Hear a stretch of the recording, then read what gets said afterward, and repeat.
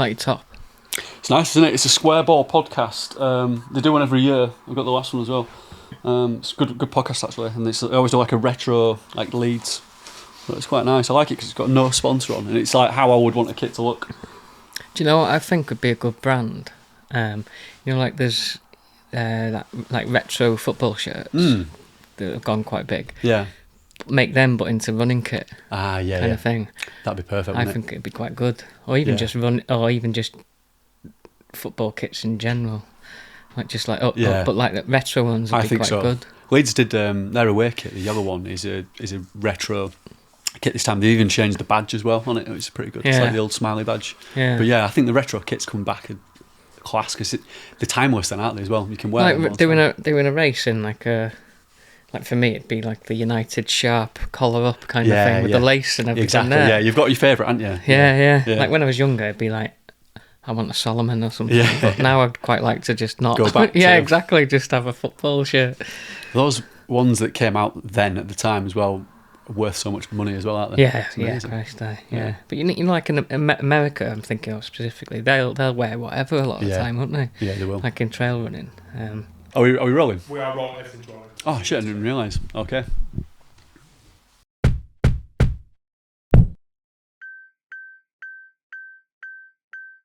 Welcome to the RUNcensored Podcast with Gary House. Hello. And me, Ben Mountey. Hello. I know that's you. Gary, how have you been since the last episode? Very good, mate. Yeah, very good. Looking forward to this one. Going to dive into some questions, aren't we? Yeah, I think it was a good episode last time. I quite like the people asking us the questions rather than us just working on one topic. We kind of switch from lots of different topics, don't we? And it kind of changes quite quickly. Good questions, some shit questions. Yeah, we've left some of them out. So, like, me and Ben will continuously ask you for questions and try and make them podcast worthy, I guess. And you might get to feature. Yeah, I think we need some good questions for the next one because this is going to be a monthly feature, isn't it? ChatGBT, which is Gary Ben Trails, and where we talk about and answer questions that you've got, the people that are watching this podcast. Anything about trail running, we'll answer the very best we can. We're not saying we'll give you the best answers, but we'll do our best. Or outside of trail running, yeah. Yeah, we're pretty open, aren't we, to anything that comes in. So yeah, let us know what you think and want to know the answers to YouTube, Instagram, whatever platform you're following us on. So I think, Chris, today you're going to ask us some questions, aren't you? You're going to command the room. Chris is going to cherry pick some for me. Yeah, something like that. So we've had a few sent through. I think some people have got mixed up between, the kind of things they might ask Gary on his Instagram, little short stuff. So we're going to skip through those and move to some of the ones that have come through on the YouTube and some of the podcast feeds that we've got. So Ben, first one's to you. When are you going to take Gary to Halifax to run the Ben 10 Strava segment on Trooper Lane? Oh man, I mean that's a good one actually. Back to the hometown because we've done an episode on Strava already now. We've mentioned Strava a few times, but that for me is the Strava segment. So Trooper Lane, just to give some context to this for anybody who didn't listen to that Strava episode, it's the highest or the biggest climb in Calderdale, where I'm originally from. Trooper Lane is iconic. It's over 400 foot in terms of ascent, and I used to go there and rep it a lot. So I did the 1, the 3, the 5, the 7, the 10, even up to 11, which was a pretty beast session. So I was just trying to look for vert when I was living there, just trying to get the climbing so I could compete in Europe and in some of the big fell races, and just made me a much stronger climber. But it's a beast. Like this. What kind of trail is it? Well, it's actually on the road. So it starts off on a main road and then it quickly switches to cobbles. But it's a really steep gradient, so it never really eases off. It's just relentless from the very bottom to the very, very top. So you've got to work super hard all the way up. It's a tough climb, but I need to take you there to do it. What do you like a typical long uphill tempo? Not really, if I'm honest. I just feel like I need to do them to practice, ready for races where there is a long uphill tempo. I don't mind doing hill reps, but I find them hard work. I prefer running downhill, but I know I need to work on the uphill, which is the reason for doing this segment in the first place. So I used to go religiously every week and do at least 3, up to 5, up to 7, 10, and I was just a much stronger runner off the back of it. You were the local legend then. Yeah, local legend on that, 100%, 100%. Yeah. In fact, once I remember I'd just come back from holiday and I was desperate to get back to the Ben 10. So 10 reps, it's half a mile up, half a mile down, as I said, 400 foot, and if I was running from home it was like probably another 500, 600 foot on top of that, so you were talking almost 5,000 foot for a full session, which would be about 16 miles in total. But I come back from holiday once and I've been wearing those. Remember those Toms? They were like sort of like not flip flops, but you know those kind of like just slip on espadrilles. That's exactly what they were. I thought you spoke Spanish. Yeah, I'm just testing you, like giving you a bit of practice because I mean obviously it's my second language now. That and Welsh, as we've already discussed. But I've been wearing those on holiday and I'd got a bit of a blister on the back of one of my feet. But I didn't let that deter me. I thought I've got to get this Ben 10 in. I've been off boozing for a week, so I'm going to run over, smash the Ben 10, come back. So got my running shoes on, ran over, and as I was running over, I could feel this blister like getting worse, to the point where when I was on my 3rd rep, I thought, Jesus, like I'm not going to be able to finish this off. You doing this in your espadrilles? No, did it in my training. Oh, you got the blister, from the espadrilles. So I ended up taking my running shoes off and doing 7 reps in socks. That's how committed I was at the time. And then I ran home afterwards with my shoes in my hand. I mean, the socks stood up to the test. But what was your Strava title after that? Oh, I can't remember. It was a good one, actually. Yeah. Do you know, off the top of my head, I'll have to come back to you on that one. I remember it being quite a good one, but my feet were absolutely battered. But that's how much that kind of segment meant to me. But it's really iconic. And since then, a lot of people have gone who live around the area to try and tackle the Ben 10, whether it's just to complete it or whether it's to have a pop at the record. But I think we'll probably have to go and do that one at some point. Yeah, definitely. I thought it was shorter. I'll happily do it if it's longer. Yeah. Well, we can make it as short as long as we want. 3, 5, 7, 10. So yeah. But have you got the record now? So I haven't got the record on the one. That went pretty quick, actually. Somebody much quicker than me. Someone on a bike, obviously, yeah. Yeah, I'll be flagging that. Strava, please. I've got the 3, got the 5, got the 7, got the 10. Can you set that up as a segment? Yeah. Even though it's reps? Yeah, you can set it up as a segment, yeah. Didn't know that. Yeah, you can. So it's the one that I always went to every week, just to like enhance the training, especially on the climbs. But I got that session in like 2 or 3 times a week, and I felt amazing for it. And when it did come around to the big races, even though you were just repping something relatively short compared to what you were doing, like in a mountain race, still felt super strong. Yeah. But well, yeah. Have you got any iconic segments by you? I wouldn't say iconic where I live, because I'm like on the edges of Snowdonia, and there is some more iconic ones there. There's just, you have, like we touched on, you have your favourites, don't you? There's one just in between 2 hills by me, and it's like it's part of a fell race, and there's been some decent runners over it as well, so it's a legitimate segment, but it's like 40% climb for anything from like 8 to 11 minutes kind of thing. So and that obviously plays more into me. I've not got the record, obviously, but I just know how hard it is, and it's one of those ones, you do it so often, whether it is a run with a dog easy or whether it's on a hard session or in this fell race. It's called the Ponderosa Fell Race, and you kind of finish near there after about 9 miles of hard running, and just being able to get up it in one piece is like an achievement. And it's iconic to me because I used to use it as like almost like a fitness test, because I know how hard I can do it. Yeah. But it's also like when I can't get out into the proper hills, because it's up to a 40% gradient, like hands on knees job kind of thing, or poling. I'll just be a bit like the Ben 10, but I'll just be like, I'll set myself like a vert challenge and I'll go and do 4 hours on it. But it's only taken me less than 15 minutes to get up the climb, and then you go back down. But doing 4 hours of that is more of it's like a mental challenge, and the only way I can get the vert in on that day. And it's one of those things, it's quite, half the achievement is doing, like you say, if it's the 10 reps, half the achievement is just the mental aspect of that, I think, as well. Yeah. Regardless of the time. And I've took the odd friend on it, like you'll know maybe Gary Priestley, who's he's like a decent runner, and I remember taking him on it, and he got the record on just like a steady effort long run kind of thing, and and George Foster's been over it, but we were chatting that day, so it was good to see like proper standard runners go over it as well. Yeah.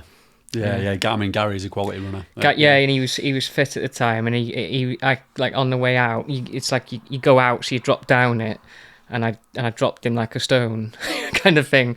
But he's fit and strong, in the Gary kind of thing, just powerhouse, going up the and I was getting. He pushed me enough to when we came back round, in a friendly way, kind of thing. I was like, go and have a crack at that now, guys. And he's the kind of guy he went and did it, and he got the record on Strava, and it's been that, like, there's some good runners been over that, and he did it, like, it showed me what could, that's the difference in level, really. He's a top runner, is Gary.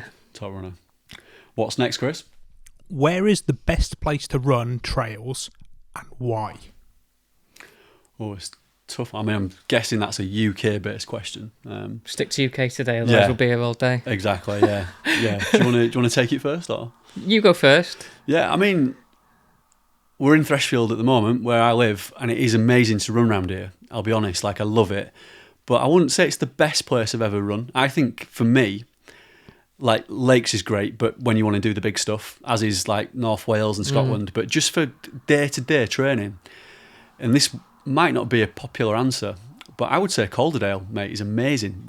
Going back to where Trooper Lane is and around that area, you're just in and out of valleys all the time. So I'm probably at my fittest when I was running around there, even though there was nothing massive. No, my only experience of that area is it's Calderdale Hike, I think it is. Yeah, Calderdale Hike, Calderdale Way. Yeah. I think in a small area, you've got more trails in that area than almost anywhere in the country. I think there's so many accessible footpaths that connect to each other.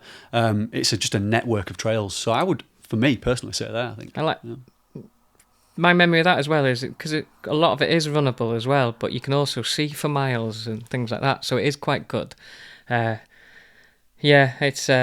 It just made me think, actually. Yeah, I've done probably one or two of the ultramarathons, and you forget, like, in those valleys, it's tougher than you think, because you look at a profile map, never massive amount of elevation, but you're either going up or down, and it's because and it is runnable, so you have to run.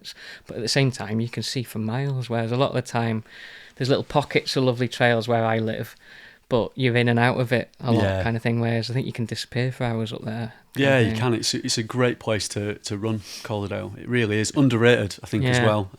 It's where my club, Calder Valley, is based as well. And, it's probably the reason why we've been so successful over the last few years is because we can get that climbing in, but over nothing huge, like, say, all in one bat, but like kind of over a sustained period, you're in and out of valleys, like you said, constantly going up and down, and it really builds a strength up that way. So, that's one for me, I'd say. I'm on the other end of the scale. Like, I can't not pick a mountain range, I guess, or something. But I just love the Ogwen Valley in Wales, which is like where Tryfan and everything is that you've ran down. Yeah.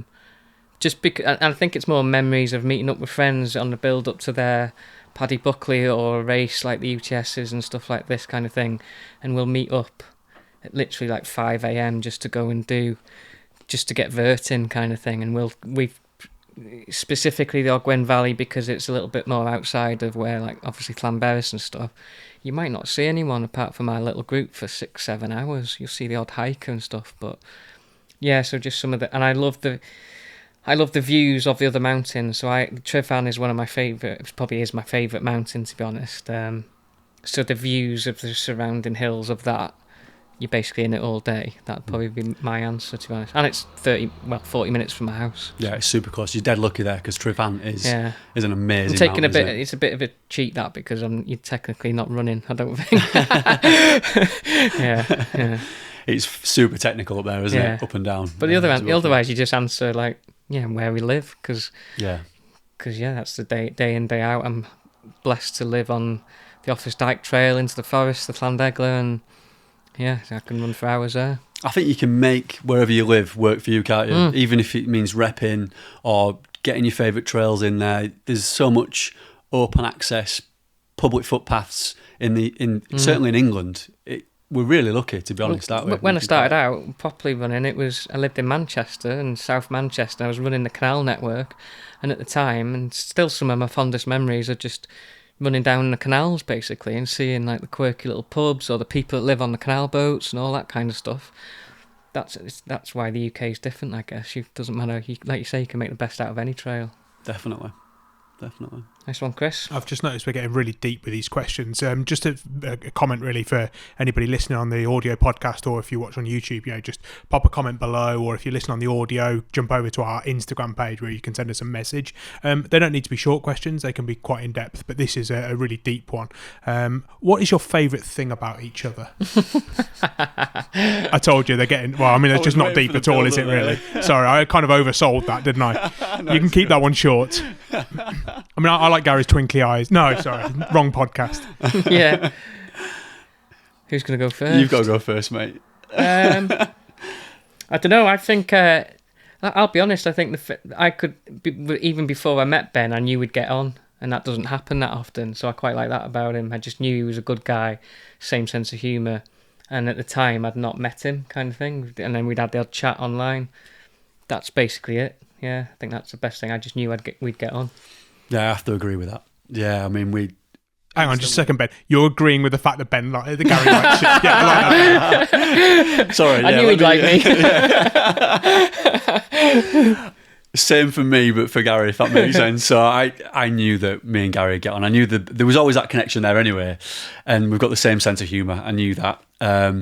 But also, you would go out of your way to do anything for your mates as well, which I really like. If I said to Gary, please can you come and help us with this, or can you come to this event, or can you just do this, mate, you do it straight away, and like you just do it tenfold. Like you always go above and beyond, and I like that. You're so down to earth. Invoice comes after. Yeah.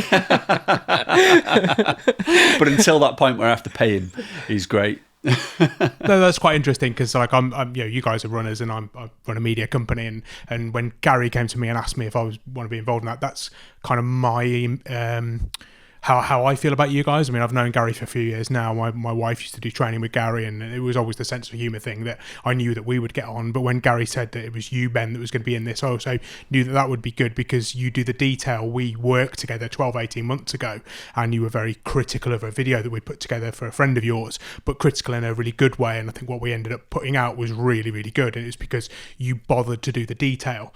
And I said to you guys, when we were going to produce a podcast, that we weren't going to do it crap. It was going to have to be really good, and hopefully it is good, and we're improving week on week. But I knew that you would let me do that and not let me cut corners and stuff. And that's quite useful. So we've got a right little bromance going on. Anyway, let's move on to a more running related question. In your honest opinion, and it also says don't hold back, what is your honest opinion on running influencers? Who wants to say that one first? I'll just remind you, it says don't hold back. I'm not into influencers. As in, like, this, I should word this properly, but yeah.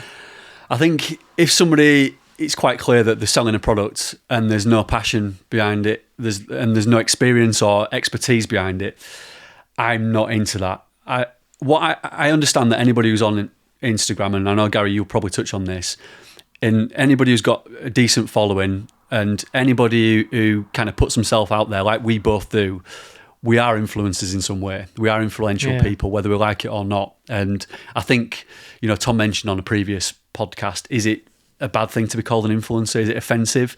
I mean, I don't think it is, but I think there is a stigma attached to being an influencer. And I don't like the people that are quite openly false, you can see through them, and I think you pick up really well, Gary, on those kind of people, which is where a lot of the content comes from your videos. But I'm more about athletes who are genuine, and I don't mind people who are influencers who are genuine, who know what they're talking about, and who have got the kind of substance behind it to back them up. So I think, there's certain influencers I absolutely can't stand, but generally I don't mind people who are influencing people who have a little bit about them. It's unfortunately, I've kind of people will usually assume that I hate I hate influencers, or I'll get questions about like who you're going to go after next and stuff like that, and it's never like on my own Instagram. It's never been about that. It's usually but it's more like behaviours, or if I see a pattern of behaviours and stuff. Like that's what I don't like. And if someone's putting themselves out there, like you say, they're putting themselves out there. If we're on social media I get called an influencer all the time now, and the first couple of times I got almost like introduced as an influencer. Or I remember like I got invited to like a do, and on the thing it was on the invite it was like influencer. I was classed as an influencer, and the first couple of times I'm like, I'm a coach. I'm trying to ram home that I'm a coach, but then you quickly realise like, yeah, I've been an influencer since day one, really. Like whether it was like trying to get coaching clients on Facebook or whatever, or whether it's back at home with the kids, you are an influencer. It's just how you go about it, I think, that matters, is what Ben's talking about. And people have maybe an idea of typical influencers where you've come from a celebrity kind of background or whatever, and then they earn money off just pushing products. You've got that area, which I don't like at all, if I'm honest. But then you've got the kind of side of people that are, I think they're good storytellers, and you couple that with like a good journey maybe in running. I can more than get on board with those kind of call them influencers. I think sometimes people honestly make a bit of a mistake in trying to turn what they do into something else. Like they might start off as telling a story, or whether they're beginner or and improving or something, but then quite quickly, because they see other Instagram people maybe doing it, they start dishing out advice and stuff. And yeah, if you've been in the game so long that you kind of know that it's poor advice at best, or it's like, yeah, it's just not Surely great. the difference is just around the motivation, isn't it? If you've got a big following, whether that's through default, or you were a celebrity and you've grown a big following, you're an influencer by default, aren't you? Because you can't help but influence the people. I think surely it's when people try to influence people. That's the difference, isn't it? And that's probably where this question's going, isn't it? Is when people maybe don't have a following, or they've earned this following and they're just putting a message out for the sake of it. The thing is, sometimes people, like, when you start posting on Instagram, there's usually a reason behind it, yeah, to be honest. Like, obviously, mine was to drive business as a coaching business, but when you do start getting traction, you'll get someone, do you want this free pair of socks or something? You go, oh, happy days, I'll take the socks. And then quite quickly, you could snowball into people, like, leave their jobs and everything, and they're scared to call themselves an influencer, so they're content creators. It's like, it's Call it what it is. What's the difference, like, yeah?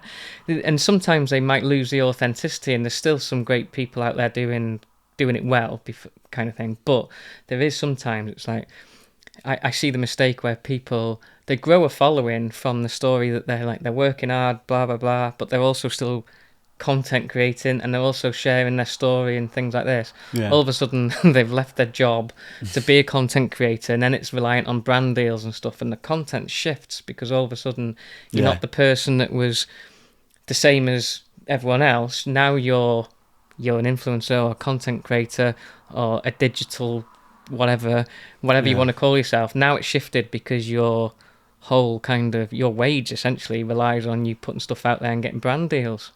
And I say that with, like I say, I get baited quite a lot to try and talk about influencers. Like, I honestly, if you're a good person, you're a good person. If you're good crack, you're good crack. Yeah, you won't get on with everyone.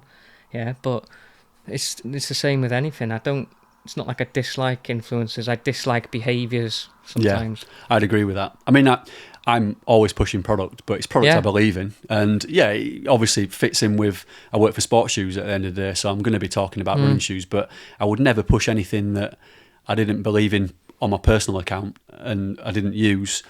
And you see it straight away. Like, especially Ben's been doing this long enough. Like, if he just suddenly turned out in something completely random, it would look weird, kind of things. You just wouldn't do it, right? But I equally don't like the people that almost like badmouth and talk about influencers like they're shit on their shoe, and in the next breath they're doing an advert. Kind of thing, yeah. And there's a growing rise of that, and you can maybe say, I don't think I fall in that boat, because I do adverts, I do stuff, but it's quite transparent, and it's like stuff, like you say, it's like, you got to be honest with it, haven't you? Yeah, it's honest.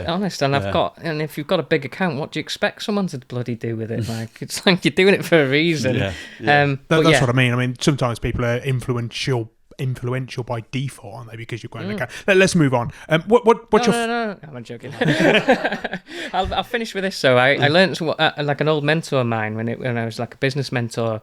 We were talking about this one day, and we were talking about growth and things like this, and influencers, and how do you combat it in your industry. And there's lots of different industries in the room, and he said something good. It was like, it was like, there's no point in having a voice if you can't be heard. Yeah, and that was my whole thing when I started. It was like, there's no point in thinking, oh, wait, that person's got a massive following and they're talking rubbish. It's like, just combat it with better. Like, if you think there's bad speech, just combat it with your own better speech, kind of thing. And that's what I've kind of lived by, to be honest. Well, I think a lot of people could take some key messages out of that. Back to the running, and what's your funniest running experience? This is going to be a tough one to narrow I met down. this influencer we just bear in mind that this is only an hour-long podcast, by the way, Ben. What's my funniest? Do you want me to go first? I mean, there's a lot to draw upon. We've talked about a lot already these last few episodes, I think. But I had a good one, and this is a genuine true story. I had a good one this summer, and it was in Europe when we were out at UTMB. It was just before we got to Chamonix, actually. And I think I've told you this story before, the cow story. We need to play RUNcensored bingo where we have a drink every time we say Chamonix or Killian. Or Killian. Or Ben talks about himself. Yeah. So we'd got down near to Annecy in the van. It had been a long journey down for a couple of days. We've got the dogs with us. This is me and Kirsty. And we'd gone for a run the morning after we kind of stayed over in the van. And it was one of those beautiful days where you kind of almost picture postcard where you're up in the mountains, the sun's out, the birds are tweeting, you're having a lovely time, and you're pinching yourself thinking like, I'm in this moment, it's amazing, this is what it's all about. And as we're running around, it's on the border of like France and Switzerland, we're running around the mountains, running down into this beautiful like alpine meadow, and I could see some, the classic milker cows, that you'd see in in Switzerland, off the chocolate packet. And as we're running down through this meadow, I could hear this like weird noise, and it increased as we got closer to this herd of cows. And as we got closer, it became apparent that this noise was coming from one particular cow, and it was on its side, and it was clearly in like a lot of distress, like loads of pain. And it freaked me out. Like, I quickly went from enjoying life and loving life to just thinking this is an awful situation, because this cow is like, it sounds like it's dying. Like, that's how bad it was. It was like, it could shock you to the core, this noise it was making. And when I got up close to it, its belly was huge, like on its side. And I thought, this cow's pregnant. Like, but it's obviously like in some kind of trouble. Something's happening inside, but I'm not a vet. What can I do? So anyway, we just got past the cows a little bit because we had the dogs with us. And I said to Kirsty, I can't leave this cow as it is. It's clearly like in a bad way. And she said, and she felt the same. She was like, yeah, you need to go back and you need to do something about it. So I went back and I left her just further down the trail, and I was trying to assess the situation, whether I could do anything. And I went up to the cow, and I thought there's no way I can sort this. So I went back down to Kirsty and said, look, this is beyond my expertise. Like, this cow is obviously like pregnant, in a lot of trouble. She went, you can't leave it. You need to go back up there and do what you can. And I was like, what the fuck does that mean? Like, what do you mean do what I can? So anyway, at this point I'm panicking, thinking she's right. Like, I need to act now. So I went back up to this cow. There's nobody around. Couldn't get any help from anywhere. And I thought, well, I've seen plenty of like programs where people help animals give birth. Like, I've watched Countryfile a few times. What's that other one like where James Herriot, the vet, that happens from James like where All Creatures Great and Small. They film that around here, by the way. Farm's in that one. Yeah, Clarkson's Farm. I thought, I'm going to have to get involved talk here. about Rebecca Lou's wanking off a pig. It's almost on that scale. So I thought, I'm going to have to try and help this cow deliver this calf. So I thought, right, well, I'm just going to have to do what I can. It's all I had in my head. Kirsty said, just do what you can. So I sort of knelt down next to the cow, behind the cow. And honestly, its belly was huge. I thought, it's about to fucking blow, this cow. I thought, I'm going to have to try and like go in from behind and kind of pull out the legs, because that's what happens in these things, isn't it? You see the farmers pull out the legs, and the cow just flops out, and then you slap it a little bit, get the cow to lick it, and it comes back to life. So I thought, right, I'm going to have to do that. So I built myself up to like putting my hand inside the cow, right? So I got behind it, kneeling in like loads of shit as well. And I'm really conscious, I'm like body conscious all the time. I don't like getting my hands dirty. So you can imagine how much I'm freaking out at this point. I'm kneeling next to this cow, knees in shit, one hand on the cow. And I sort of like got a little fist together and I went in from behind. And I just shut my eyes when I did it. I was like throwing up in my mouth. And this cow was like wailing even more. And I went in a little bit. It wasn't that bad actually. Like I thought it was going to be a lot worse than what it was. It's quite warm. And I went in up to my wrist. And then I went in a bit further up to my forearm. And I thought, fucking hell, I was like reaching around. I was like doing this. Was like, it at this point you realised you got the wrong hole? Motion. Well, so I was swirling around, Chris, like trying to find, what a calf in there. I couldn't feel anything. So I went in a bit further. I was like literally up to where my lead stop's coming down now. And I was there for ages. This cow's like wailing like mad. Couldn't find anything. And I was in there for ages. And I just pulled the hand out. And I was just like covered in just all sorts of like shit and slime and like just gooiness. And I was at this point freaking out. I thought, right, there's nothing I can do here now. Like I've gone beyond what I wanted to go beyond. I went down to Kirsty and she said, how is it? I said, we're going to have to go and get some professional help. And she looked at my arm and she was like, what have you just done? And I was like, I've just just tried to deliver the calf, but obviously couldn't do it myself. So me freaking out, I could see on the map that there was a farm further down, about a mile away. So we ran down to this farm and it was this little French kind of like refuge. And I burst in and I was like, does anyone speak English? We need some help. There's a cow, he's about to give birth up there. And luckily this lady, who was French, obviously, she said, my husband's coming back in a minute. He speaks perfect English. And I could see him walking up the field from the bottom. So I ran down to him. I was like falling over because I was really panicking, trying to like sort his cow because I didn't want it to die. And I got to him and I was spluttering my words out and I was trying to explain the situation. Said, there's the cow up there. I've gone in from behind and I'm thinking he'd be really, really impressed. I was thinking, like, what would my mate Ted Mason do? He's a farmer. He'd be really proud of me for at least having a go. As I told this guy what had happened and showed him my arm just to prove that I'd been in, he just stopped me, and he looked absolutely repulsed. And these were his cows, by the way. He was the farmer, and he said, and I'm going to kill this with a French accent. He said, "Stop right there. I can assure you, there are no pregnant cows on this mountain." And I was like, oh shit, oh shit. This is even better than the bag for life story. So I'd realised at that point that this cow wasn't pregnant, obviously, and Chris, you jumped to the conclusion there, I had gone in the wrong hole and I'd gone up its arse as well. But needless to say, this guy was not impressed. I don't know what happened to this cow, but it totally freaked me out. I just left him to it. He was not impressed that I'd been like obviously molesting his cows, but I just did what anybody else would do. No, Ben, no, I wouldn't have done that. Honestly, I got a cow with his cow. I mean, I've not told anybody that story. I think I might have mentioned it to you, Gary, before, but I just did what I thought was right and like got obviously pressured into it by Kirsty. But I was freaked out for the rest of the day. I think the cow was more freaked out than me. I don't even know if it's still with us anymore, but I don't even know what was up with the cow.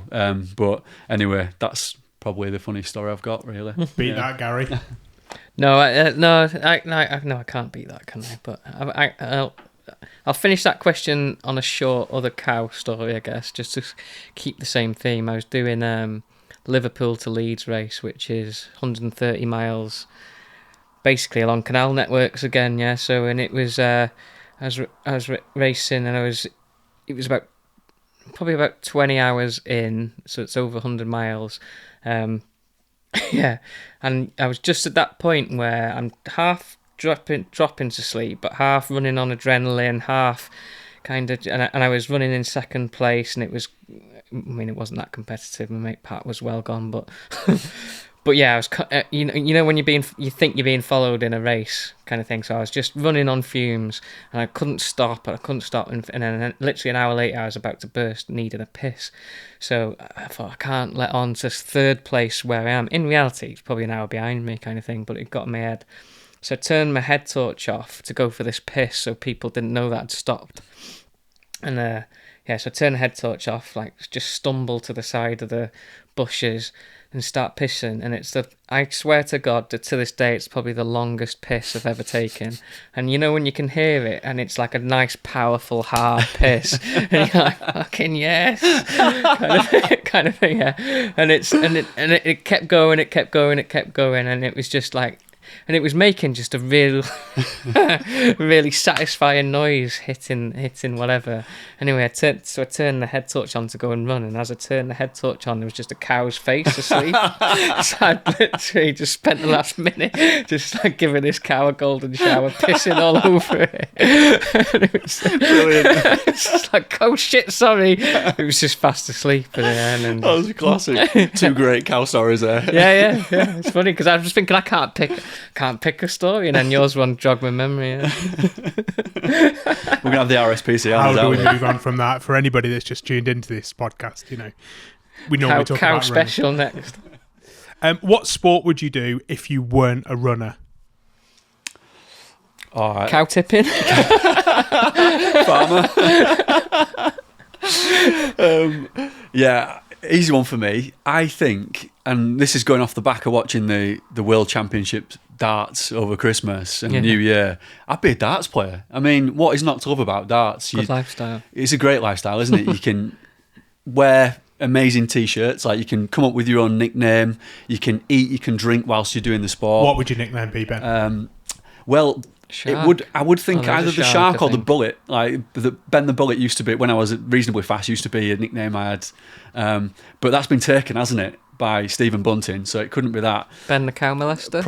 Ben the cow molester. Maybe this is something that people can write in and just give us a message and see put a nickname to both of us, really. Similar action. Yeah.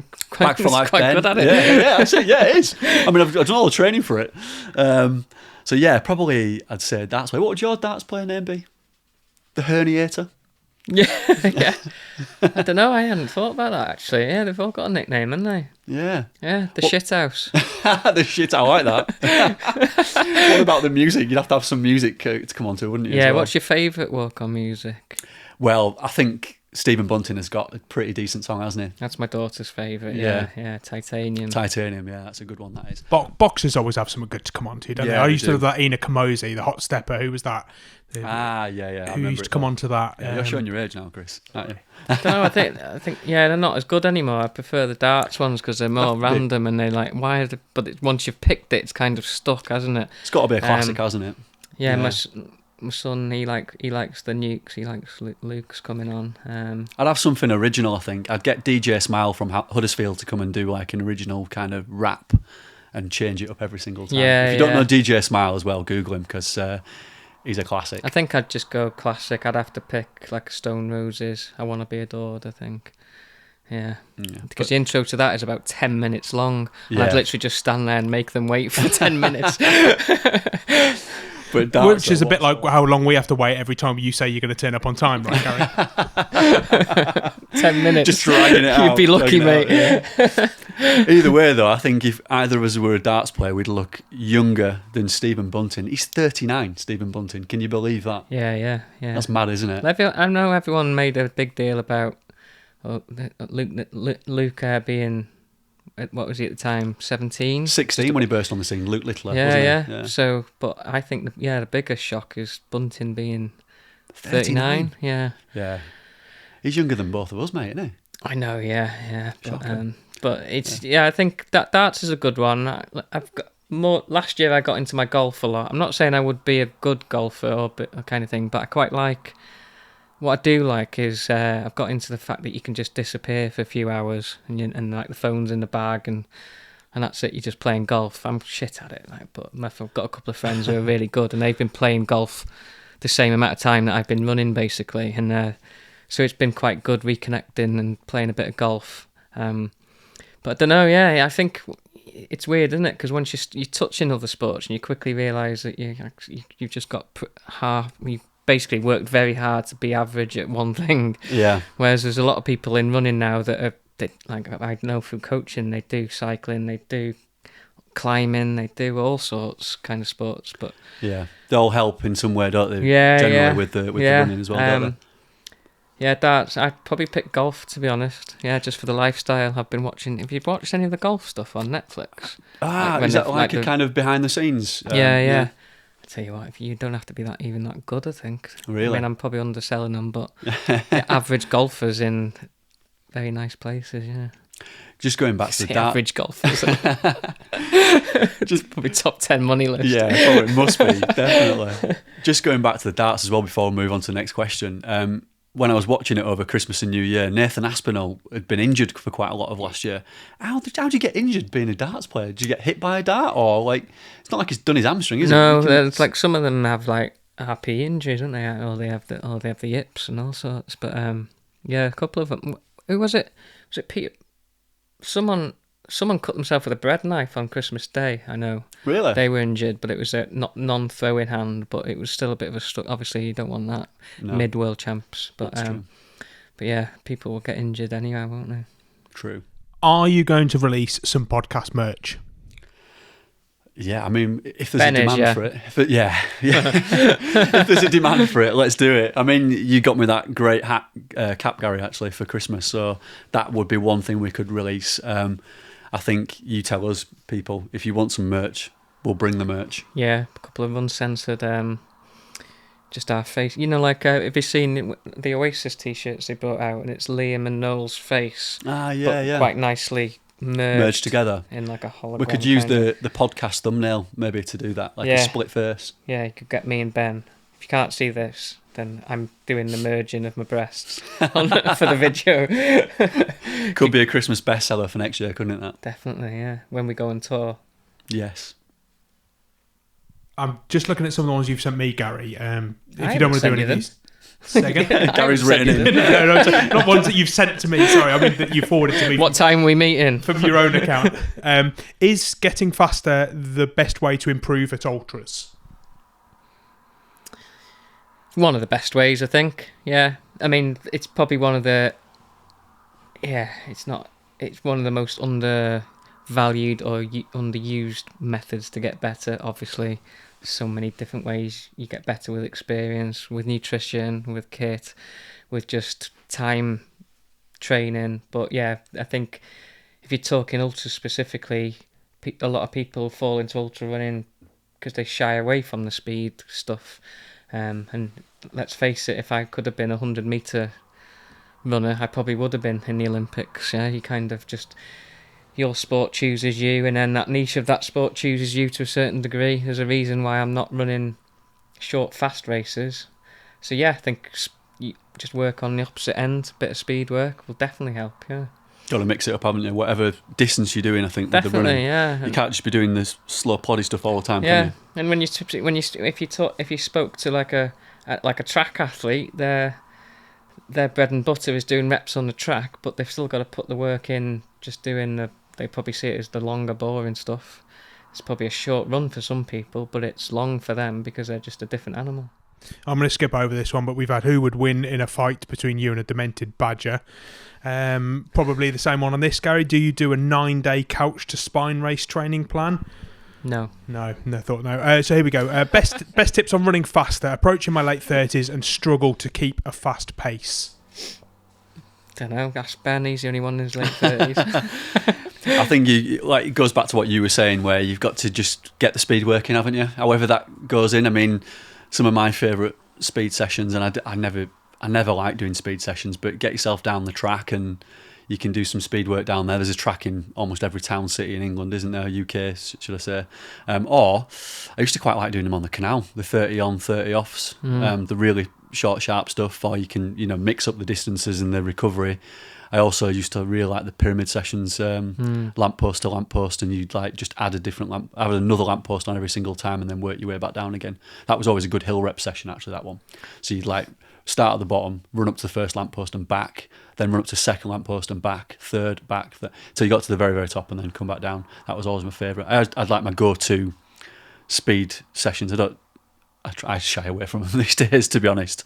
But I think just keep it interesting is what I would say, because I think when you do get a bit older, it's harder to do them, to want to do them, have that motivation, and find something interesting rather than just running laps of a track, because that doesn't really But appeal also, to you me. don't have to think, right, a speed session is 10 times a K at tempo or a certain pace. It doesn't have to be complicated. There's that old good advice in there, like, just touch on speed every session. It's like whether it's finishing a bit fast for the last 30 seconds or throwing in Some strides. length of strides and stuff. And people always like, what is a good session for 5K or 10K or whatever. There's loads of good sessions. You could write 100 good sessions. It's more like just touch on it consistently, and there's a reason why the best runners are always doing like these stride outs and drills and things like this, and it's a lot of it is repetition, but it's like if you add in hill sprints and strides into your week, then you've got the strength and power and the mechanics from the hill sprints, but you've got the leg speed from your strides, and you're talking 10 minutes at the end of your session. So you don't have to think, I'm doing a speed session today. Go and have 45 to 60 minutes easy in the hills, finish with some flat strides. That is, to me, that's, Yeah. for a lot of people, that's kind of where you should be starting, and it'll be a massive benefit, because that leg speed, and just without getting too much in the weeds, just getting a bit of knee lift and heel lift, it's like, how do you expect to run faster if you don't put your body in that position ever? Another good one, Strava segments. Go and do a Strava segment, yeah. Go and make your own Strava segment and be the local legend. knobhead. Yeah. That's everything I can see on the laptop. If you're listening to the podcast, watching here on YouTube, if you've got any questions, pop them in the comments below. Head over to the RUNcensored Instagram page, send us a message. Let's get some stuff. What kind of questions do we want to hear? I mean, I'd like to hear about what races people are doing, and get your advice on prep and stuff. What about you guys?